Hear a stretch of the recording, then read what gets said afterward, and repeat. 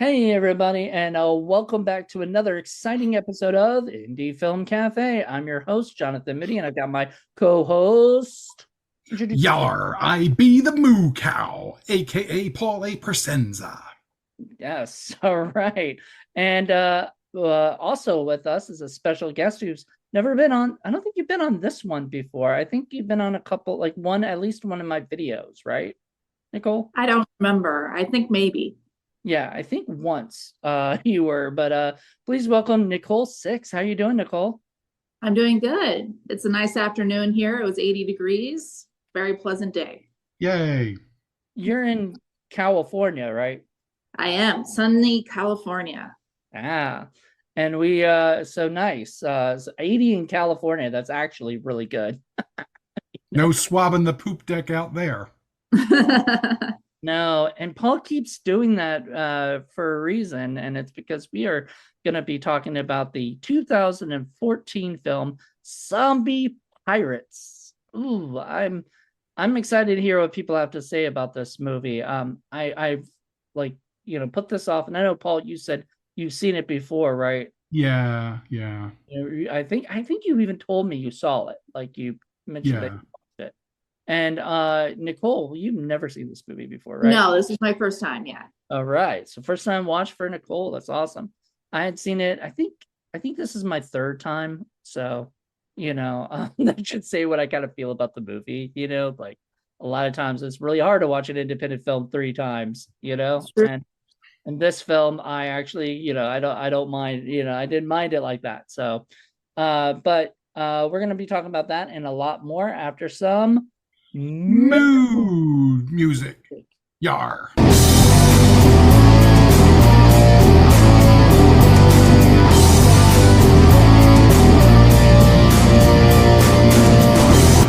And we are back.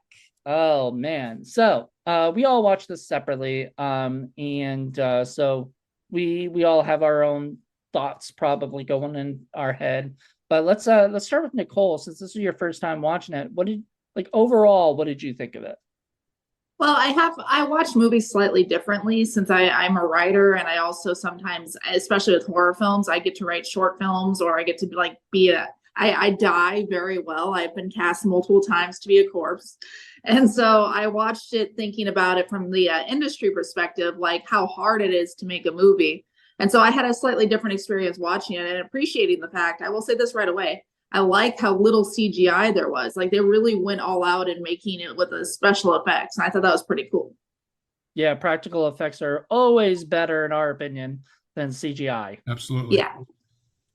So okay. I think that made it a different sort of film, especially for 2014. Definitely. What about you, Paul? Well, like I said, I'd seen this before. It'd been quite a while. And I'm a big Sarah French fan. So that's always a big plus. I'm familiar with Steve Sessions, a few of his other movies. So I kind of knew what to expect. I knew this was more along of a low budget / micro budget film. And there are definitely some things that I really liked about the film. And I have some problems with a bunch of things in this film too. The biggest problem I have, in addition to things like just repetition of scenes and padding, is the absolute lack of urgency that the characters have given their situation. Everything seems to be moving in a very deliberate, slow pace when they shouldn't. When you're suddenly confronted by rotting zombies, you should really have reactions to that. Like you should really quickly do things. And nobody seems to really do that. They all just kind of stand there and wait for things to happen. And it seems like for most of the movie, everybody's kind of waiting for things to happen. And I want more more energy in what's going on, more dynamics. And I wasn't getting it. That was my main issue. The scene like where the pirate is coming toward them and they're backing up very slowly reminded me very much of the Carpet Monster movie we watched. Right. Where Creeping terror. Yeah, where he's just like, why are you moving slowly. You should be running toward your car or wherever else to get to safety. Or firing your gun, which you Yeah. have. Yeah. You can shoot them. They do eventually, Well, but they do eventually, yes. But we'll get into all of that. And I mean, if it were me and I saw a zombie pirate, it wouldn't take me more than 2 seconds. You know what I mean? especially if you had a gun, Right. like grab that gun. But anyway, we're going to talk about that. I wanted to give a little bit of background on the film. So as I said before, it's a written and directed. Also, it was shot, edited, and composed by Steve Sessions. So He's a composer too, yeah. Yeah, he was the he's a little Robert Rodriguez there. So then Sarah French stars in it, and she played Linda, who was she was also in Steve Sessions' Freak of the Sasquatch. Yep. Also did not mention he also did Shriek of the Sasquatch, Aberrations, Dead Clowns, and more. Malefic, that's one of my favorites. Malefic, yeah. And then let's see. So she was also in Pretty Boy, and her new upcoming movie, That's a Wrap, as Land Shark, Terror Overload. I mean, the list goes on. Chase C. Penny Legion. What a name, by the way. Right? Yeah. I was like, and he looks like a Penny Legion. He does. Like, I was like, damn, he looks like I was wondering how they casted him, I'm like, they got such a perfect guy for the role. I don't know if you thought about this, Moody, but I immediately thought about the guy in American Movie, the one sort of guy who's like older and is sort of over the top. That's exactly who he reminded me of. I did not think of that because I hadn't seen that movie in forever, so I didn't think of that. But I can see it now. But he had also been in Aberrations with Steve Sessions and nothing else. But all I kept thinking was, this guy looks like Colonel Sanders. He did, yeah. Yeah. I was expecting him to start whacking the zombies with some chicken drumsticks. So he played Grant. Eric Spudick, who I'm very close friends with. I've known Eric for a long while. Me and Eric and I met at Texas Frightmare originally. Like, we met on like MySpace. We were MySpace friends and stuff. And I knew Eric through other movies that I've seen and stuff. And then he came up to me originally the first time at Texas Frightmare. He's like, "Are you Jonathan Moody?" And I was like, "Yeah." And I didn't recognize him. He's like, "Eric Spudick." I'm like, "Oh crap, awesome." So we met, and then he came to my house when I was in my apartment when I was living in Baton Rouge, because he was living there at the time. And then when I moved to LA, he came to my house and hung out with me and Jackie. So good times. He was he enjoyed coming over to the house and watching movies. We watched Shriek of the Sasquatch over there and a couple of movies. We had a good time. And we did a couple podcasts, but he doesn't like to do podcasts because he doesn't like I remember you were saying that. He doesn't like to kind of say anything negative, about movies, or whatever. That's just not his thing, I don't think. Well, I mean, you can be constructive about it. We love these movies, even if they're not very good. It doesn't really matter. We're as long as we're entertained and not bored. That's the real thing there. Yeah. That's the sort of thing we have to explain to folks. Yeah. I have my own podcast too, and when we bring people on, the same way you said you wanted us to be like, feel free to speak. We try to make the guests feel as comfortable as possible. Yeah. So sometimes, I mean, but I also understand not wanting to say anything bad because you might end up working with these people. Right. And you guys might end up working with those people. I'm not going to work with those people. He doesn't care what he says, Right. But I would be like that regardless, honestly. So yeah. And what I think of it as, like, say what you would say to the person to their face. Like, you know what I mean? Like, if we would say, "Oh man, you made a terrible movie," their face, kind of, say it. If you think you would never actually say, to me, that it would be rude and nasty, don't probably. Well, I know we haven't started talking about it yet, but I do not think that Zombie Pirates was a terrible movie. I have definitely seen worse movies. So have we. We have seen way worse. But I mean, we always say, just, be honest, keep your integrity. You just don't have to be a dick about it. You know what I mean? Yeah. All right, so you played the first victim and Captain Lassard, so you got to play the main bad guy. He was also in Shriek of the Sasquatch, Dead Clown, Super Croc. He worked with David S. Sterling a lot, so did a lot of stuff with him, and he also produced this film. And so did Sarah French, so that was kind of cool. Denman Powers, who played the detective Nofke, who I'm sure, Paul, you're gonna have some about the detective stuff because Yeah, you've always pretty seen bad. police procedures and stuff. He was also an aberration, Psycho Santa 2, which I want to eventually find Psycho Santa 1 and do that, Dead Clowns and more. If you notice, like almost every one of these people have been in pretty much Dead Clowns. Dawn Diverger, I think that's how you say her name, was also played Karen. She was in Waspzilla, which or Buddy Brad Thompson,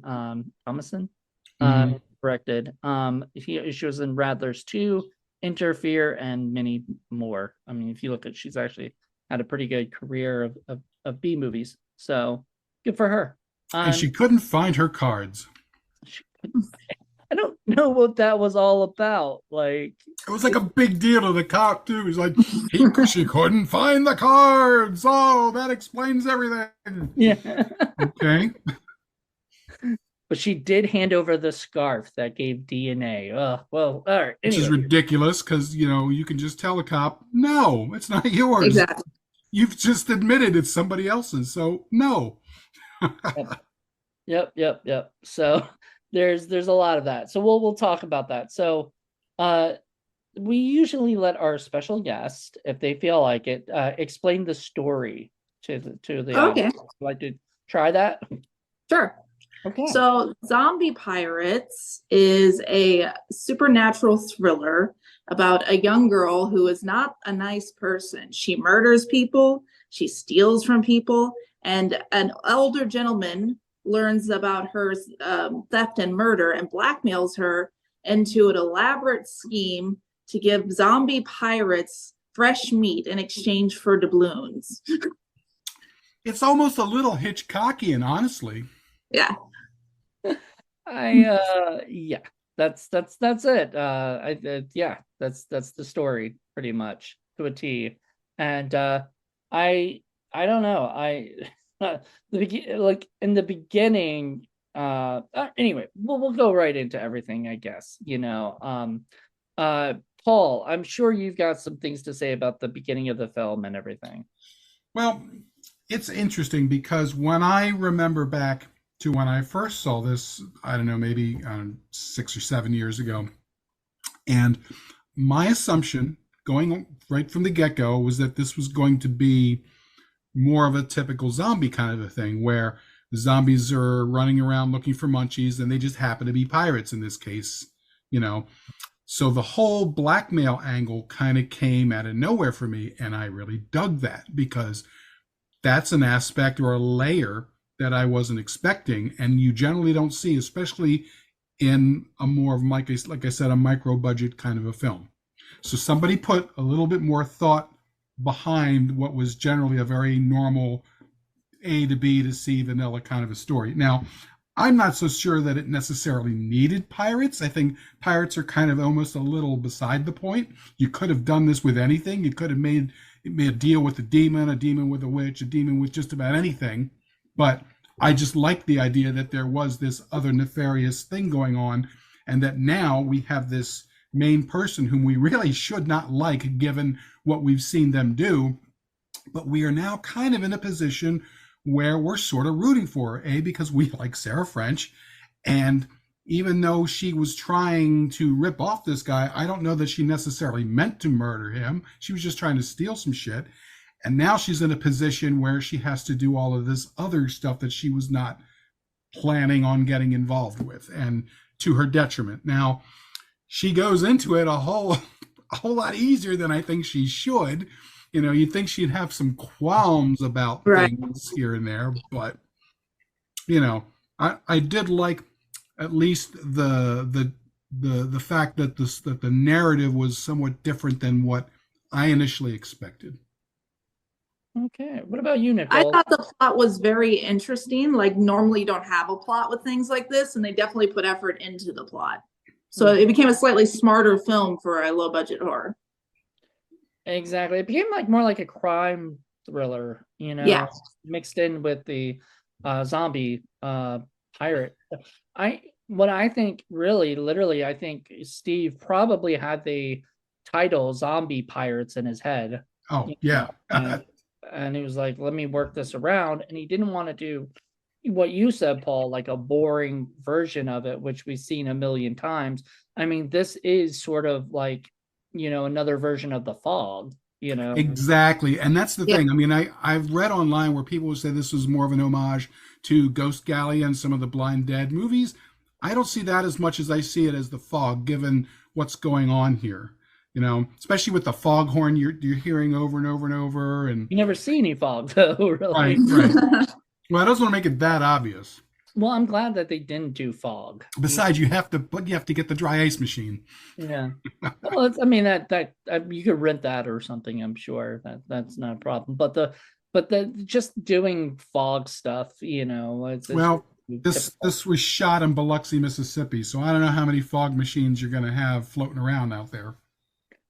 So yeah, and I like that they had a little bit of a background on the girl too. The detective mentioned her boyfriend, and did you notice he said the name Joe Sherlock, Mm-hmm. another filmmaker. So they gave an homage to probably a filmmaking friend of his, and at the end he special thanked him too. So pretty sure he just was, maybe he was helping him along when he was doing the script or something, or he just decided to do that. That's awesome. But yeah, he mentions Joe Sherlock is in jail for whatever, and she's and he probably taught her how to. Let's get into the detective stuff, because I really, really badly want to talk about that. Like my biggest problem with the detective stuff was yeah, you're right. Like, Paul, you can kick a detective out, very, Yeah. Yeah. But this guy was a little bit Obsessive. yeah. Well, I was gonna say percent, you said obsessive. Illegal. Well, he like really was into it. Like they made it so it was almost like a personal vendetta for him, which is what I thought was interesting. Like Yeah. he really wanted to nail this girl. Like he had a hunch about her from the beginning and just really wanted to like make it go. He wanted that case. Well, the problem is you can have all the hunches you want, but until you have evidence, he couldn't really Right. do any of the stuff that he actually was doing. For example, the very first thing you see is when she opens the door and he just walks in without asking permission. No, you can't do that. Not even in LA can you do that. They have to ask permission, and you can tell them no, not unless they either have a warrant or unless there's an active crime going on inside the house that they're privy to. Otherwise, Right. you don't go in a house that's somebody else's property without being invited in. And this is kind of the problem with most of the cops stuff there. It doesn't feel like the writing took any of that kind of research into account. I don't think anybody really sort of looked into how things are actually done. I'm assuming because they thought nobody's going to care. They just want to see a bunch of zombie pirates. But that sort of thing really sticks out to me. Well, I think that's part of the reason why I thought he was obsessive, was because he was doing so many things that were borderline shady. Mm-hmm. and my biggest problem with all of that is that the fact that most of it is that most of the movie, at least half of the movie, is him and her stuff. Yeah. Because a lot of it is what Paul said before, is padding. It's because you don't really get the zombies don't actually start attacking until like the last 20 minutes of the movie.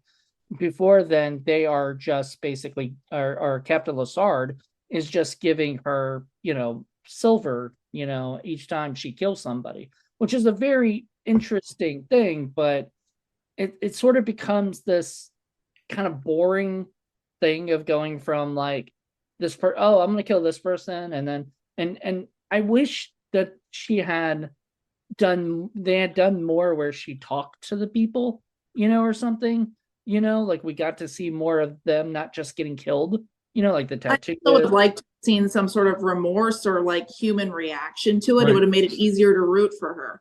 Because even though she's the protagonist, when she dies, you don't really feel bad for her because she kind of had it coming. Well, I don't feel Also, bad for her because she didn't have run. to. No, she didn't have to like walk right in front of him where he shoots her. It's already been established that there was a back door that she could just nip right behind and just leave instead of walking out right in front of him with a Walking gun. very slowly out the Exactly. front door So before getting she's shot. kind of a dumb character in that regards. The second thing with like, she knows she has a timeline to keep. So why does she allow this idiot not only into her house, but wasting time with coffee and all this stuff? No, goodbye, go away. I have things to do. Do you have a warrant? No. Are you arresting me? No. Goodbye, you're out. Right. That's I it. think he's afraid if she's like that, he's gonna make it worse, on her or something. If she's like rude, But the coffee scene was so drawn out. Mm-hmm. Like I think she It said, really finish your was. coffee at least twice. yeah. And and- besides, as far Three as times. being worse, how much worse can it be than a bunch of undead zombie pirates all of a sudden coming up because you couldn't finish out what you're supposed to do? Well, no, because she didn't realize, because the watch that she stole from the dude was like a little off or whatever, and so it was already You didn't wind it up. yeah, whatever it was, she didn't do it right, and so That she was actually a fun little bit. That actually made a lot of sense because why would she know that you have to wind up a watch like that for it to work? Yeah, right, exactly. You probably know that, but like most people, like who just take that from the guy. But she took took his watch or whatever, but didn't take his cane. Like why wouldn't she take his cane? Or whatever. But it still wouldn't have looked like he checked out. It would have looked like he just hasn't come back to his room yet. Yeah. Well, either the writing was a little sloppy or the character's meant to be sloppy. I Kind of think depends the on how you look character at it. was meant to be sloppy Because- at that point. And I that's, agree. That's the thing that bothers me a little bit, because if the character's meant to be sloppy, how is it that she has that beautiful house with a boat, and how does she support herself? What does she do all day? She's running around stealing things? I mean, come on. She must have some kind of income from some kind of actual job to pay for all that, because she's not a very good thief, clearly. Did you notice the boat was slow too? Like everything was slow in this movie. It was a very slow movie. Even the scene where the cannibals, the zombies are eating was really slow. It wasn't really scary. It was just kind of like, oh, we're eating corpses. Once again, I think As it's you do. padding, but like the movie was already an hour and 21 minutes. I mean, they could have sped things up a little bit. Yeah, they could have cut 20 minutes out of this film and tightened things up and tightened up some of the scenes, and I think it would have been better. Well, 20 minutes would have made it an hour, That's not enough for, to Or really maybe that's why it was so slow. Maybe they had a short script. maybe. And that happens actually a lot. I know a guy that was making a movie, right? And he had a 90-page script, or whatever. And he still made a 58-minute movie. Well, You know? what they could have done, they could have spent 10 minutes on Sarah French's character, exploring who she is, why she's doing what she's doing, seeing Yeah. her struggle a little bit, getting us on her side a little bit more, so that when she's faced with these choices, we have a little bit more sympathy for her character, or a little bit more expectations of her character. I also would have liked to have seen more between her and the victims, like how she like gets them and stuff.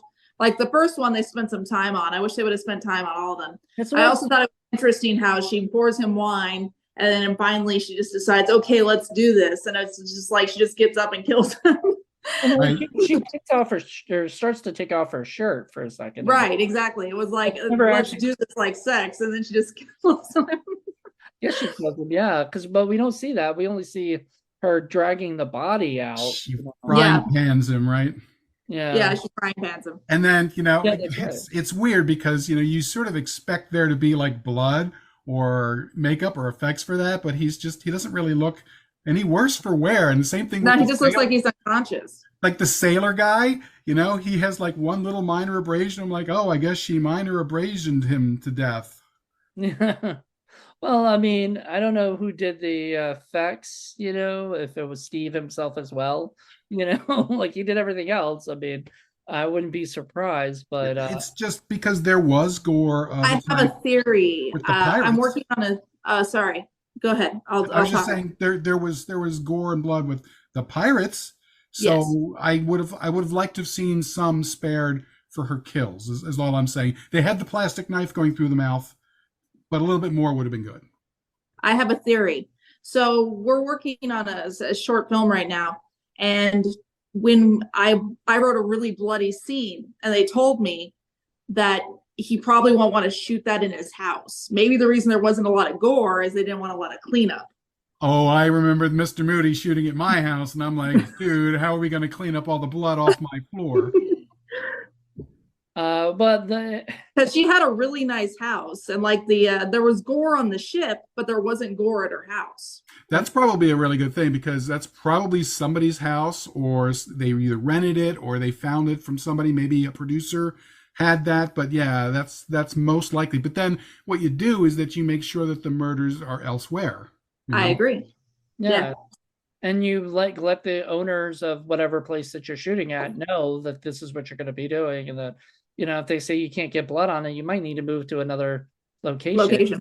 and Hmm. Mhm. but that could be the case. And plus, I think a lot of indie directors these days don't like to do like the gory, everything is gory, everything is whatever kind of Well, movies. the other thing too is I think the gorier you make the kills, the less sympathy you're going to have for Sarah French's character.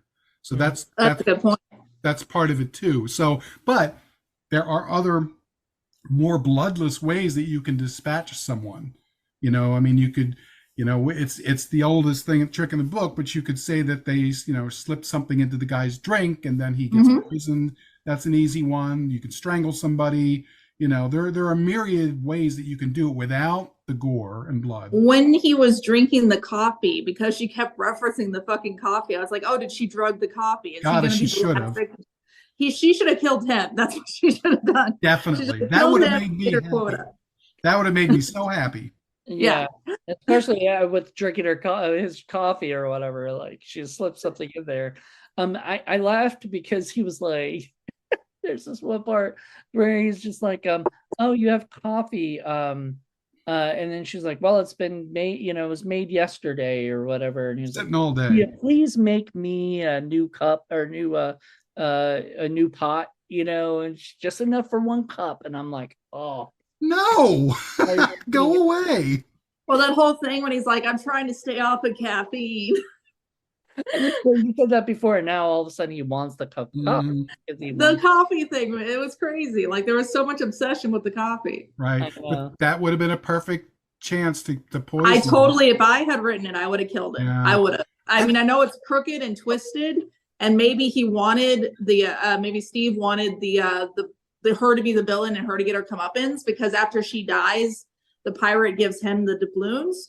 right. So maybe he just didn't want her to be sympathetic. But if I was writing it, if she's the bad guy and she's the protagonist, let's take it all the way. Maybe she gets away with it. Well, I see, if it were me, I would have had the boyfriend that is alluded to, but that you don't see. I would have had him come in to the picture where it turns out, yes, he did end up teaching her all this stuff. He's the reason why she's on this road in the first place. And once she finds out about all this, he can be the guy that actually comes in and does all the rest of the stuff that the cop ends up doing later on. And then we Right. can dispose of the cop. I mean, that's what I would have done, but But yeah, but uh my big thing was once he got the doubloons at the end, does that Yeah. mean how he has to go and kill people and continue this thing going? I was wondering the same thing. It's not very clear. I right. know what they were saying is she was the final body because it was 5 bodies There was over 5 5. days. So he might be in the clear, He might but be in he the got clear. the doubloons because he shot her. Because it was saying you still killed someone. Even though you're a cop, you killed this person. Yeah. Even though he didn't actually take part in the ritual. He's just kind of like right place, the right Right. time. And then we're not even sure he's going to survive that anyway, because, and one of my favorite things that I always see in movies that I think is one of the dumbest and worst things is when somebody is either shot or stabbed or is some way injured, they start coughing. That's always like the dead giveaway. It's like, oh, I mean, why are you coughing? There's no reason for you to cough. Unless you've got tuberculosis, there's no reason for you to be coughing like that just because you've been shot. Unless you're shot in the lungs, in which case you're going to be aspirating and spitting blood out everywhere. Right. Now he got like stabbed in like the liver, it looked like he got a bayonet right through the, or not, is it a bayonet? What is that called? The Like a cutlass. the sword. Cutlass, yeah, cutlass right through the right in the middle of the body. About 2 inches into his donut hole, and that's about And he it. thought he was gonna die from that or something. I'm like, aren't you a cop? Don't you know these things? You'll be all right. You'll just need to the medics. He needs a test shot. Yeah, he'll be all right. Especially with the cutlass like that old, like Yeah. that thing's dead for a while, Tetanus, baby, lockjaw. Ghost tetanus. But yeah, I honestly, I think he'll survive. I think one stab wound you could probably survive. yeah, that's what I was thinking. And But a little more blood would have been interesting, especially when he got stabbed. That's another place where you would want more blood. There were some good practical special effects. I really dug all of the pirate outfits. I thought those were cool. I did too. Did you guys notice the model, the forced perspective on the model ship? Yes. That was way cool. I like the ship. You could tell it's a model, but that's okay because, none of the sails were moving like at all. Everything was stiff, but it still looked really good. The lighting for it was really good. And the way that it was edited with the music, I thought right there, that's where I think people were thinking Ghost Galleon. That was like classic Euro kind of horror scene right there, that 30 seconds. If there had been a lot more of that, I'd have been like, "Ooh, this is really, really cool." I think he was really good with the score. I think he did a great job with that. Yes, the music was really good. Well, so I really like stories on the sea, and I've told you this before, Paul, and Paul didn't even know that until recently.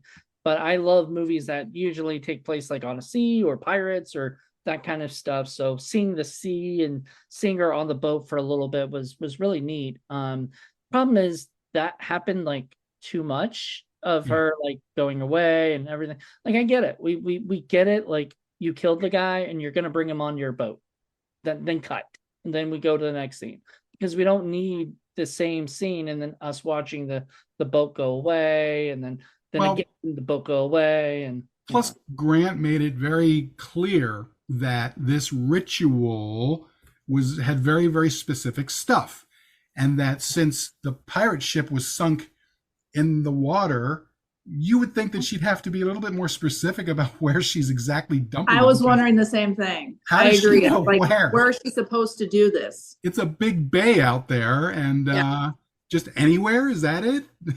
I was taking it as anywhere, like just in the middle of the sea somewhere, like not.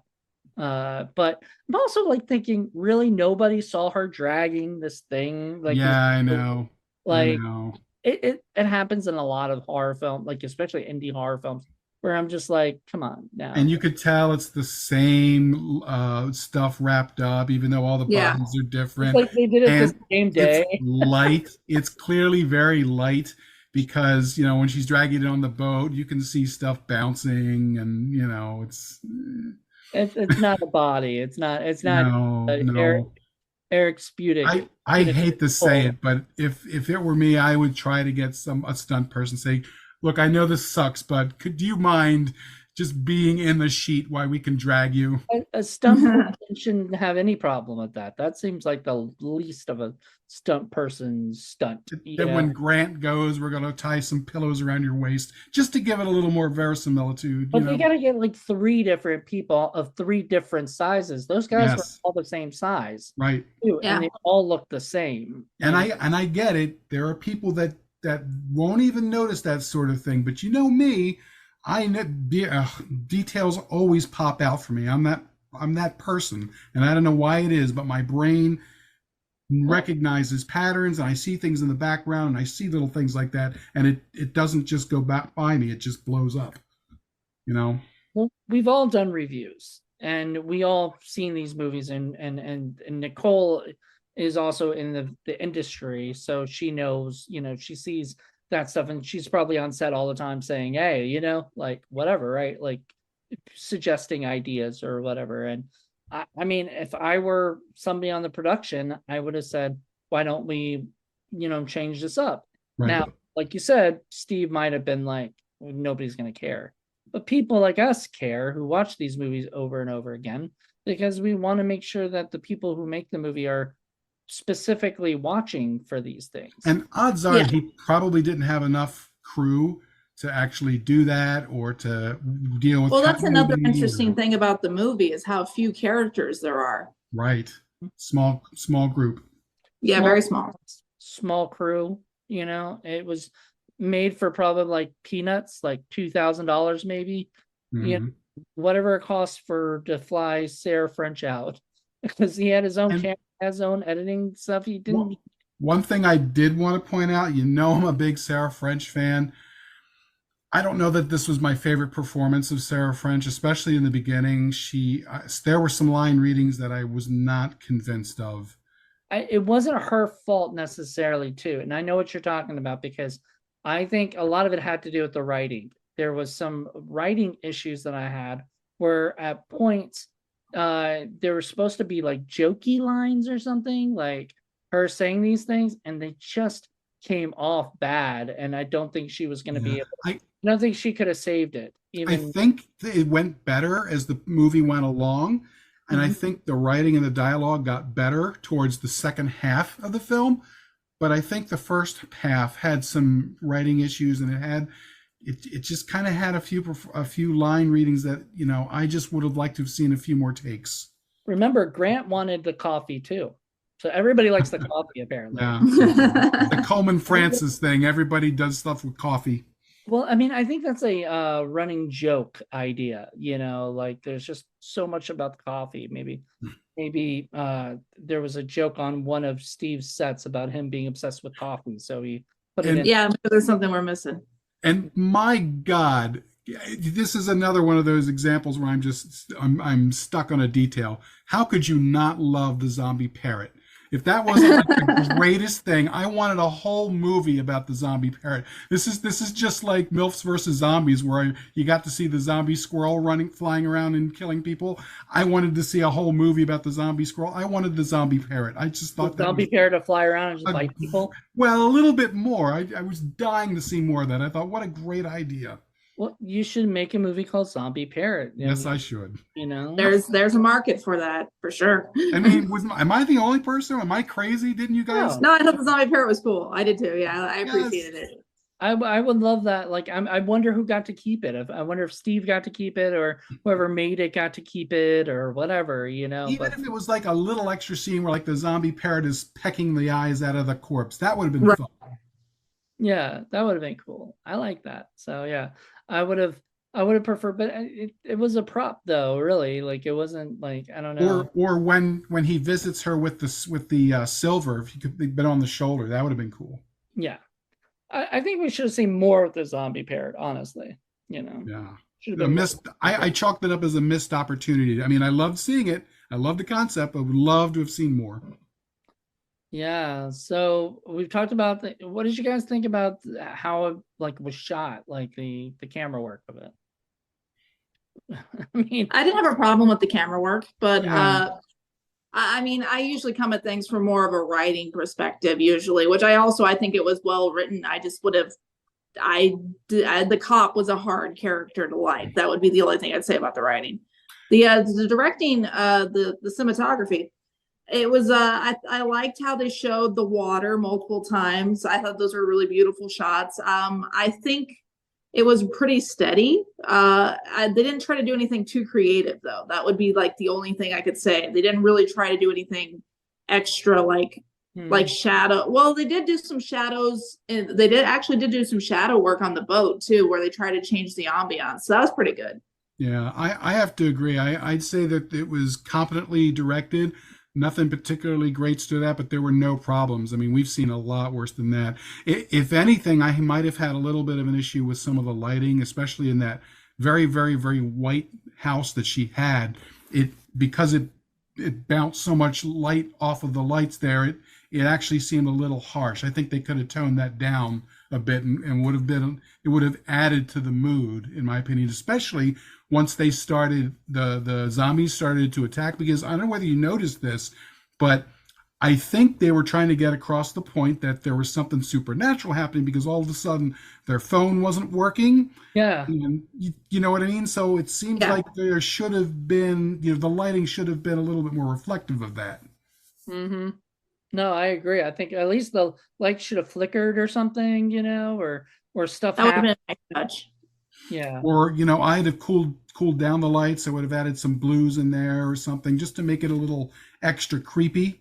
But the way that it was lit, I mean, me, I love a movie where you can actually see, and you can see everything. And this is one of the few movies I could actually thought, well, you could have toned it actually down a little bit, and it would have worked. You could have made it so you can't see as much, but you can still, Just a little. just a little bit. I agree. But yeah, I that was when I was watching it. That's one of Paul's things is, when we do the stinkometer, he usually says, the movies that are like a 30, which is like 10, 10, and 10, is usually movies that we can't see or we can't hear what's going on. I could hear Right. pretty much everything. I mean, there might be a couple lines or something, or whatever, but not really that, it wasn't that noticeable. A bad sound. It was great, lighting, great. We could see everything. It was, and in that sense, it wasn't bad. Like it was Right, competently right. made. It was competently made. There are a few sound things too, like there were a couple of phone conversations that didn't sound like No, phones. I don't know what they use for the voiceover for that, but whatever they did, it sounded weird, Mhm. It sounded like the person was there, you know, is right like in the background or I something. mean, not David the Rock Nelson there, where he's like ring ring. No, I mean, but he was like whatever, like when you could hear the voiceover ish thing, if Mhm. like the person was just like right behind them or something. Right, right. And this is definitely along the lines of the other Steve Session movies that I have seen, where I have thought, there's a lot of good stuff here. There's a lot of other stuff that's not so good, but I'm willing to chalk that up to budget. I'm like, God, I just want to give this guy an extra 50K or an extra 100K. And I'm willing to bet, especially the way he uses some of these practical special effects, that he could make a really, really good movie. It's just, most of the problems could just come down to, okay, polishing up some of the writing and some of the characters, but also having a little bit more of a budget. Yeah. Now, I'm not sure if he's retired or if he just has been, not wanting to make anything recently. He hasn't really done anything. I want to say Zombie Pirates is one of the last things he did. And I don't think it's because, it was bad or nothing. I think it's just he was. I mean, when you're an indie person and you're pretty much self-financing, or maybe you're lucky and you have some money coming in from somebody else, but that can dry up soon. What are you going to do? I mean, you don't want to start mortgaging your house in order to make a film unless you're one of those really obsessive people, you know. Right. So the last couple things he directed were 2 shorts. So he hasn't really done anything, aside from that, which I I mean, think you should be proud of Zombie Pirates. I think it's a good, solid B film. Sure. Yeah, like if I put that out, I'd be proud of it. It's not. I mean, even as we're talking, we're not finding anything too terrible with it. Mainly, we just don't like the cop. well, the cop stuff is just ridiculous. Yeah, the cop and the pacing are my two biggest problems. Yeah, the cop and and how slow it is, sort of, and not slow like this is a boring movie. Slow, just like, Yeah. like let's cut to the point. Yeah, because the time, the on-screen time could have been put to better use by fleshing out some characters, by doing some other stuff. Yeah. Paul, you've talked about this before, where you always say writing is something you can do that's free. That Right. you don't need to pay anybody necessarily. If you want to write your movie, you go and write your movie, but then you don't just write one draft and then you say, let's go shoot. Right. You usually Right. Make another draft and another draft and then another draft. I've been doing that with all my scripts, And frequently you're going to be on set doing stuff, and a new scene's going to pop in, new dialogue. You're going to have to write stuff on the fly. And, I mean, that happens frequently, and you need to be able to do that. So you can't just write one or even two versions. It's an ongoing thing. And that is the meat and bones of any production. You have to have good writing. You have to have a good narrative. It has to be able to tell the story, because if it's all up in your head and you understand it, but then people out in the audience don't get it, you have failed in your job in telling the story. You have to protect that. And the way you present it is not only visually, but the structure is all done by the writing. So the writing is key to everything. Exactly. No, I agree 100%. So I'm hoping that people, when they listen to this podcast, they understand we're not saying the movie's bad. We're just necessarily, we're saying that the writing could have been better, and all this other stuff could have been better if there was just a little bit more planning, and everything, which is fine. I mean, look, the movie got finished. It got distributed. It's on Tubi. People can see it. And to me, that is the sign of a great movie, period. It's a huge success. Yeah, a huge success. Like, I would be very proud if it was me. Yeah.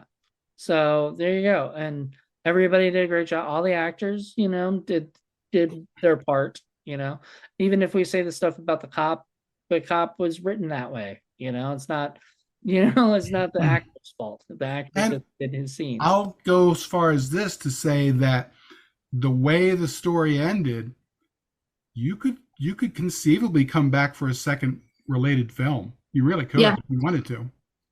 It was interesting that they have the tattooist guy and the tattoo girl, and she was actually, it looked like she was actually getting a real tattoo. Yeah.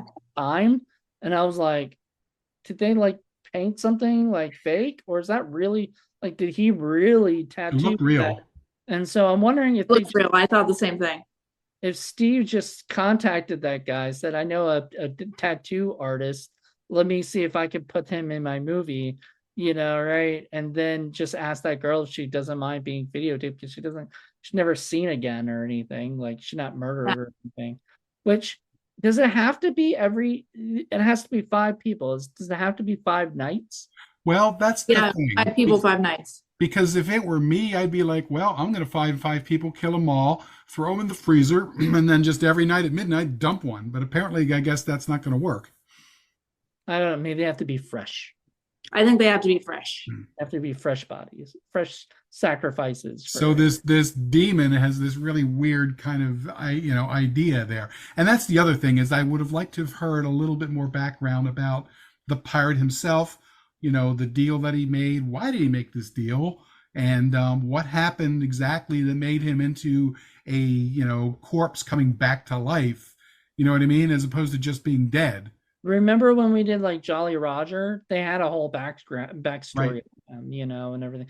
That's a worse movie, but it was still, it still at least had that going for it, So. Yeah, was that another zombie pirate movie, I guess? Yeah, and especially given the fact that the closest thing that this is trying to compare itself to, in my opinion, is The Fog, like you said. And with The Fog, we, right from the very first scene, we get all that delicious, crunchy, puffy backstory. Yeah, that's the people at a campfire, right? Tell the story or whatever. Which is that would have been cool. Something like that, where you like that would have been cool. Like a 10-minute early thing, like, you do 10 minutes of when that happens. So instead of talking about what happened, you actually show it. You get some of your pirate cosplay people and you show a scene of that. And we know some. We know some. We can make but that's what I mean. So that you have you're using screen time for other things other than slowing things down. Right. Yeah. Well, I think it's about that time. Is there anything else that we didn't discuss?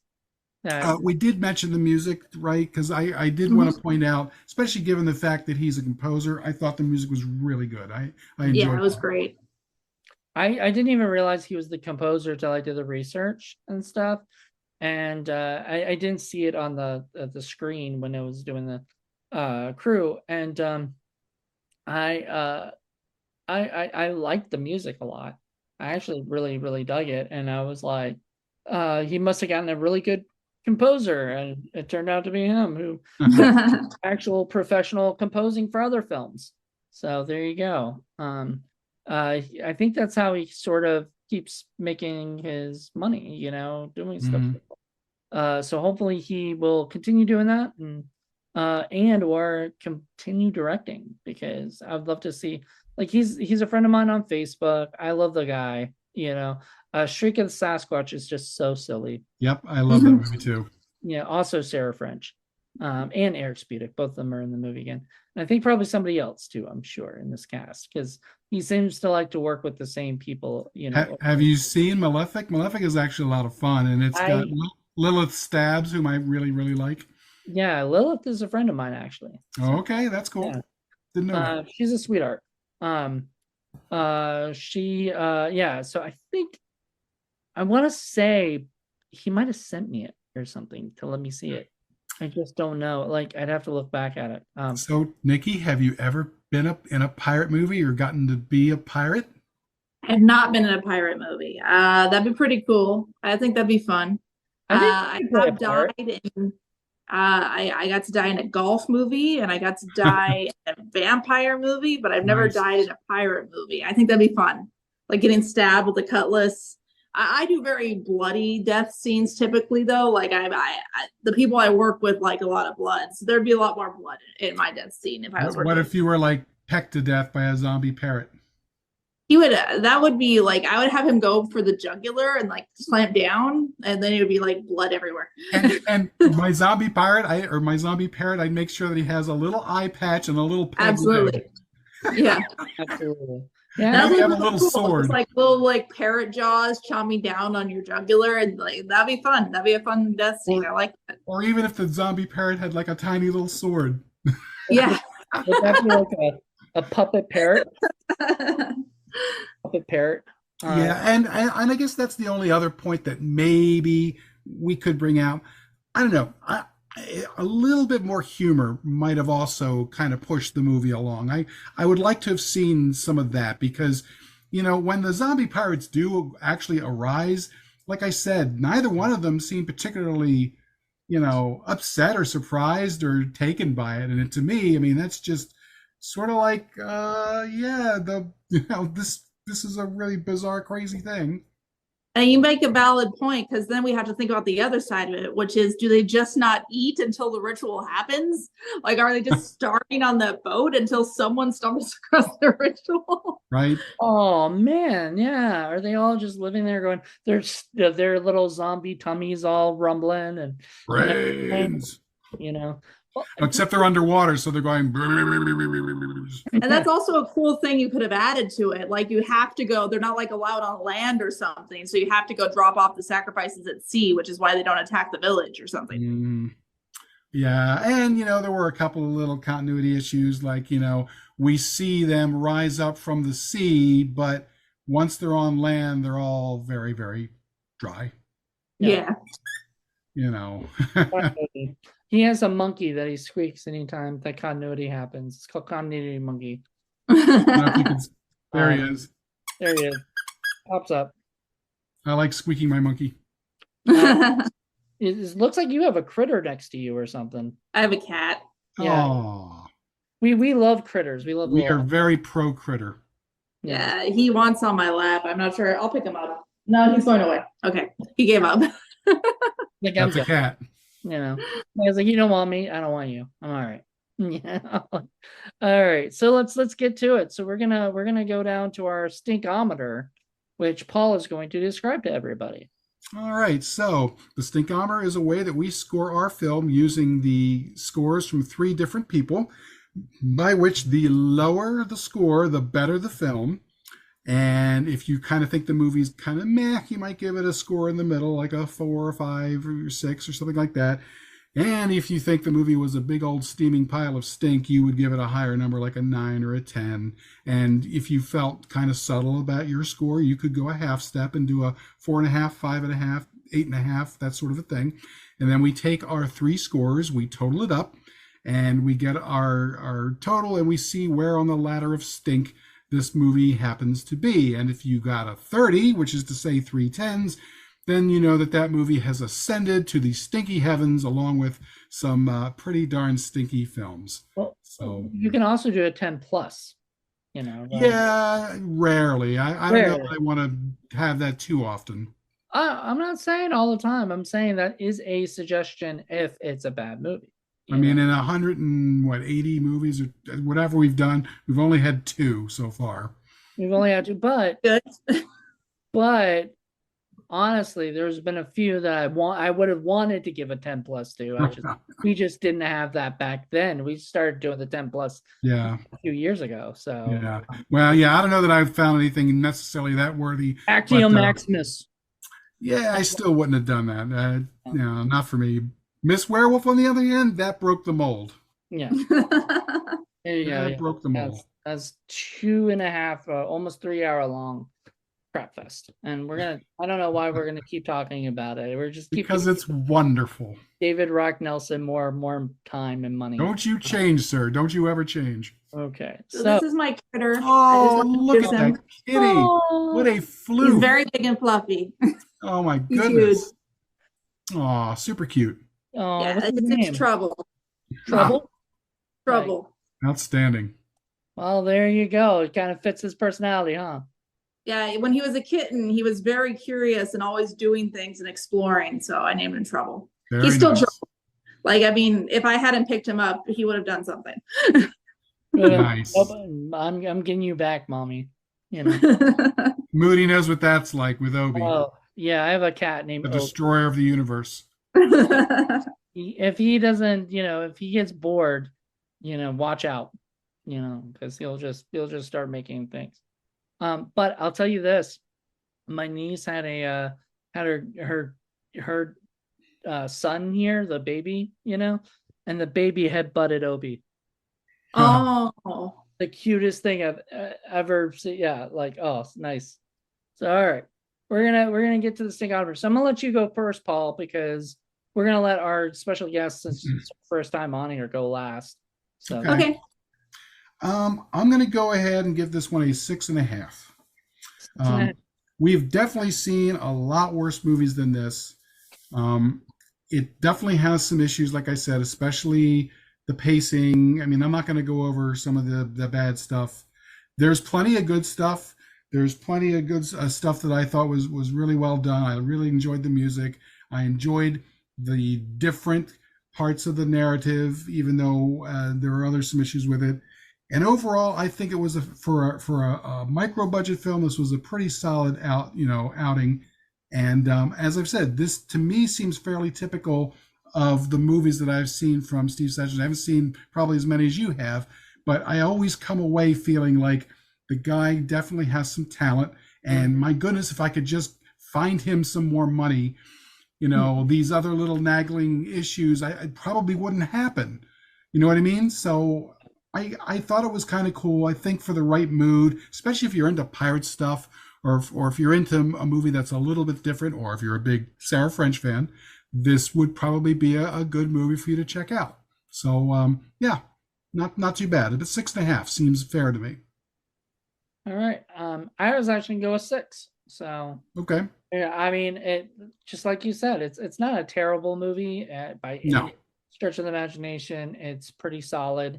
Pacing and the cop stuff maybe was just a little, not as good. And some of the acting in the beginning, I think, it does kind of doesn't ring true necessarily to whatever. And I would have liked to see some backstory period on Sarah French or on the pirate, and you could have done that if they cut down some of this pacing stuff and everything, or at least cut out some of the detective stuff. I feel like the detective stuff went on way too long and right. slow. Like I said, it was half the freaking movie pretty much, which is not needed, especially when like it really doesn't amount to anything in the end.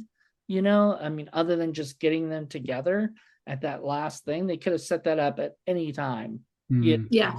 I think, she could have been looking at her watch and he could have just came in there and talked to her for a little bit.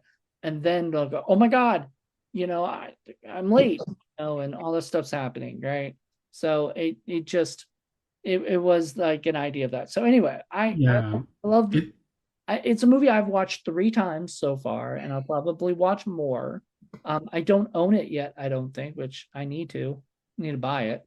And I really liked it, so enjoyed it. yeah, and we'll find out where it is because that's the other thing. I don't know whether we told you, Nikki, but no matter what, whether we love a movie or we don't like a movie, whether we think it's good or whether we think it's not good at all, we always make sure to, when we do our reviews, we make sure to put up places where people can go out and buy the movie and judge for themselves so Awesome. that the artists make sure that they get paid for that. So, Yeah. because if we didn't really, really like a movie at all, this would not be on the show. We would just ignore it.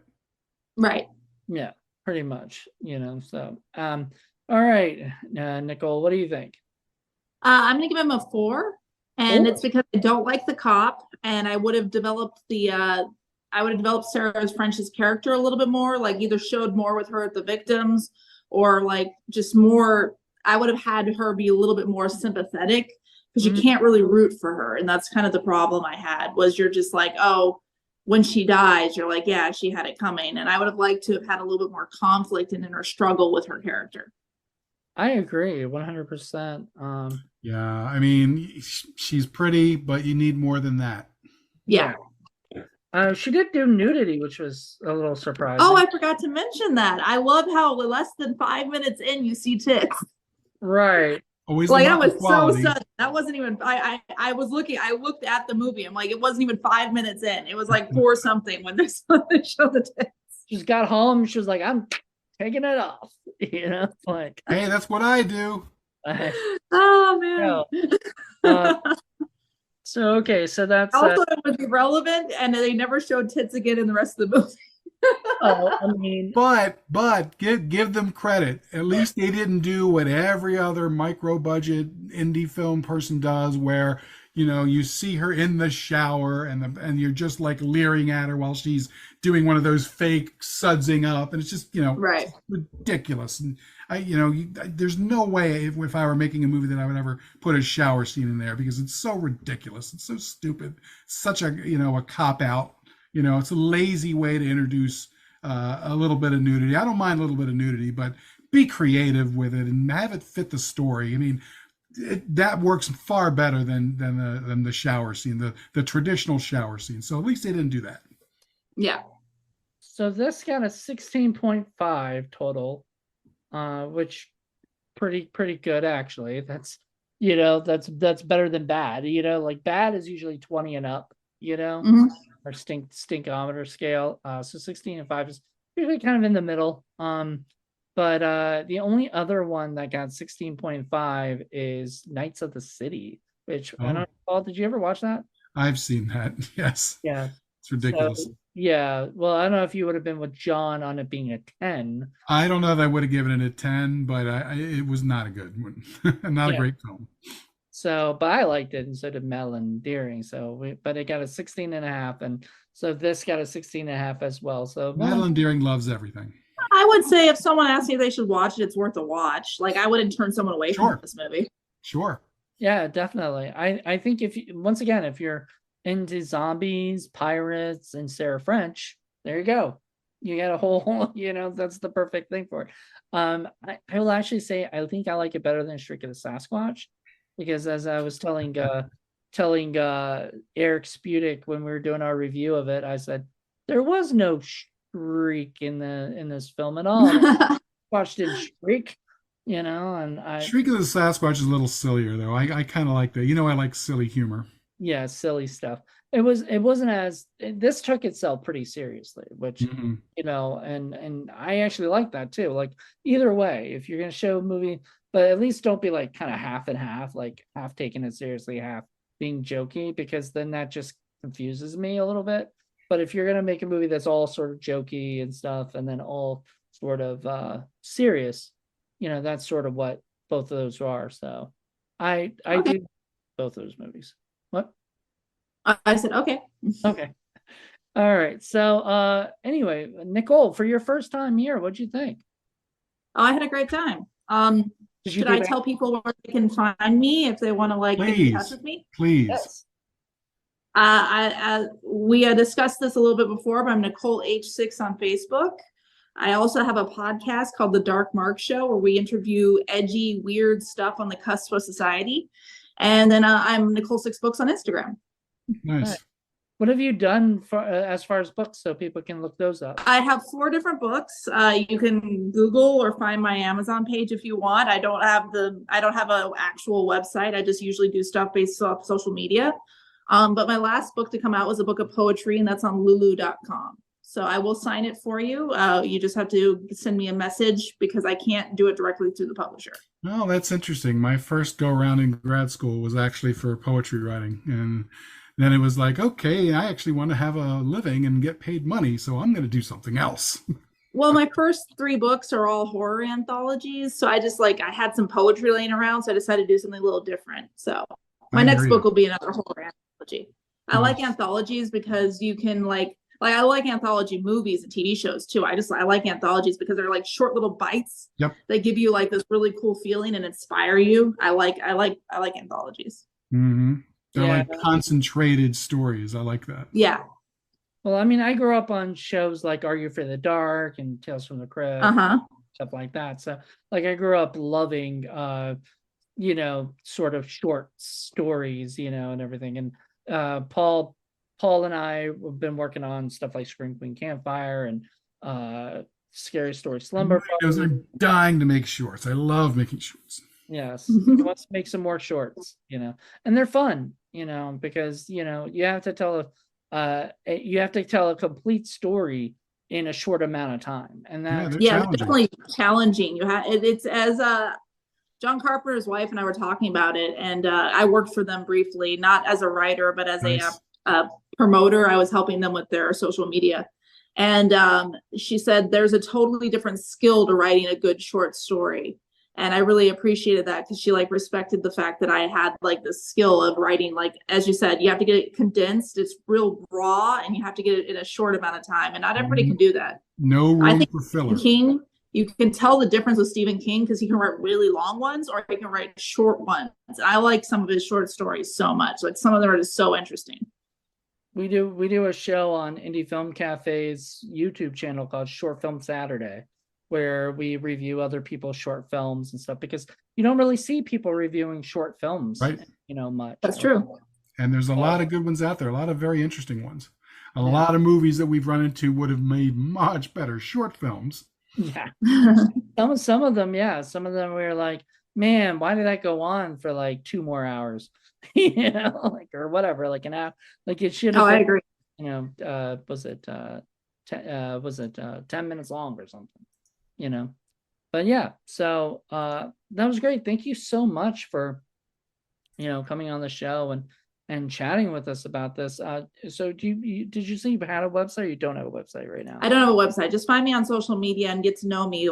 Drop into my DMs and I'll talk to you, and I like to get to know people. So yes, Paul, you should add her then. Yeah, I'm always kind of shy about that sort of thing. Yeah. Especially when it comes to, trying to add women, and they're like, who the hell's this weirdo guy hitting on me or being weird or being disgusting? And you're not, though. Yeah. So yeah. Thankfully I don't have to deal with that very much. Maybe because I'm a horror writer, so people are just too scared to send me dick pics. But I for the most part, I just have people that are and it's guys and girls. My reader base is not just one gender, and they just get to know me. They get to know my posts, they get to know me, and I've built a small little community of a few thousand people, and I really like it. Well, I can promise you I would never send you a dick pic. Now, I might send you a cow pic. That's an interesting one to get. I don't know. That's something. I've sent a few cow pictures to folks before. Have you?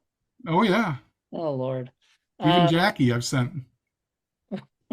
Well, there must have been funny ones though, right? Oh Like yeah, yeah, just yeah, yeah. a cow, you know. I'm a little bit silly. Most people know me as the weird cow guy because I like cows. Say that, Nicole. Did I mention that earlier or no? You did. Yes. I like to mention that to everybody just because Paul also, if he adds you, his profile is a plushy cow, you know. Oh, awesome. Yeah. Yeah. See, So, yeah, feel And free to. I'd love to continue talking to you in the yeah, yeah, future. yeah, that'd be great. And I don't know whether you've seen our reviews website, but I sort of write the reviews in the persona of a cow watching movies, and I throw in That's a whole awesome. bunch of weird, goofy cow. dad pun type cow jokes and stuff. Yeah. Yeah, it's fun. Cows are going, everybody, Although it does annoy some people apparently, but secretly that pleases me too. So it's good either way. So yeah, we were trying to work on a project one time, and this producer was telling us that Paul had to drop his cow persona, and change his profile pic. Nope. And we did know you did that for like a couple of weeks, maybe. Well, a little bit. I was Excuse trying to me, help but you out yeah, because it was important to you, but yeah, I was chomping at the bit, man. yeah. When that Come on. producer turned out to be a flake, we turned, we let Paul become the cow again, 'cause Awesome. we didn't really like him getting rid of who he is as a person, Right. right. So there you And go. I is who I is. No. Well, thank you so much, Nicole, and thank you all for listening. It'll be Paul's episode coming up next, and we're going to be recording that on Sunday, and I'm really excited because it's going to be an interesting one. So Yeah, and I hope Nick you'll want to come back and maybe be on the show, maybe get to watch one of the ones that I suggest. I think that'd be a lot of fun. Okay. Maybe not right away, but yes, right. definitely in the Sure. future. Yeah, well, Moody's I'm schedule's down. I schedule it generally, and yes, I don't make it be like tomorrow or something. I let it be a little bit of time. I'm having an interesting week because I had a script deadline for what I'm working on, and I have like a whole lot of writing to do this week. But I fit this in because I thought it was a lot of fun. So Yeah. I did my writing for the day already. I got it out of the way early so I could hang out with you guys. nice. We appreciate it. I sort of did that too, except I still got some more writing to do that I want to do tonight. Tomorrow I have a lot of editing to do. I just finished the rough draft. So tomorrow I go in and start picking it apart. So I'm not really looking forward to that, but it's got to be done. Right. Well, just so you know, I tend to look for things that tend to be a little bit more obscure and a little more wacky. So, like I've suggested we do things like Attack of the Killer Chickens we did, and Hot Chicks Blast Uranus we did, and Barney the Wow. Blood Llama we did. Yeah. Really wacky titles, yeah. Fun movies. We just did one a couple days ago called Cosplay Fetish Battle Drones. Wow. Yeah, I've got stuff to tell Paul later about that guy or whatever. Nice. Nice. No, not nice. But we'll talk about all that and whatnot on another day. But thank you guys for checking us out, and join us next week for a brand new episode. Until then, everybody. Bye. Bye.